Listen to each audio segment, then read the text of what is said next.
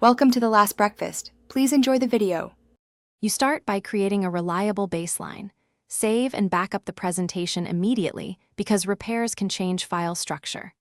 Once saved, close other programs to free memory and reduce conflicts.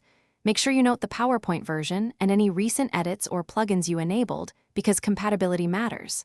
Next, open PowerPoint in safe mode to isolate add-in problems. This lets you test whether the app or the file is at fault. Finally, export a copy as PDF to preserve content before deep edits. Now you diagnose the root cause by systematically removing variables. First, disable add-ins and test functionality. If the problem disappears, re-enable them one at a time to find the culprit. If the file seems corrupted, use PowerPoint's Open and Repair or import slides into a fresh presentation to recover content. Inspect embedded media and linked files. Missing codecs or broken links often break playback. Make sure fonts are available. Substitute only if necessary. Once you isolate the issue, document the fix so it's repeatable.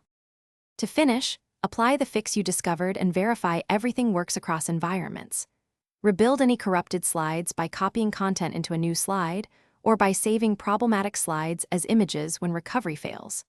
Update Office and reinstall any required codecs or fonts. Then reapply transitions and animations carefully to avoid reintroducing the issue.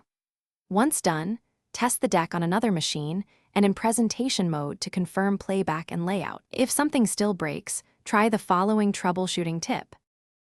Thanks for watching. If this was helpful, leave a like and consider subscribing. See you next time.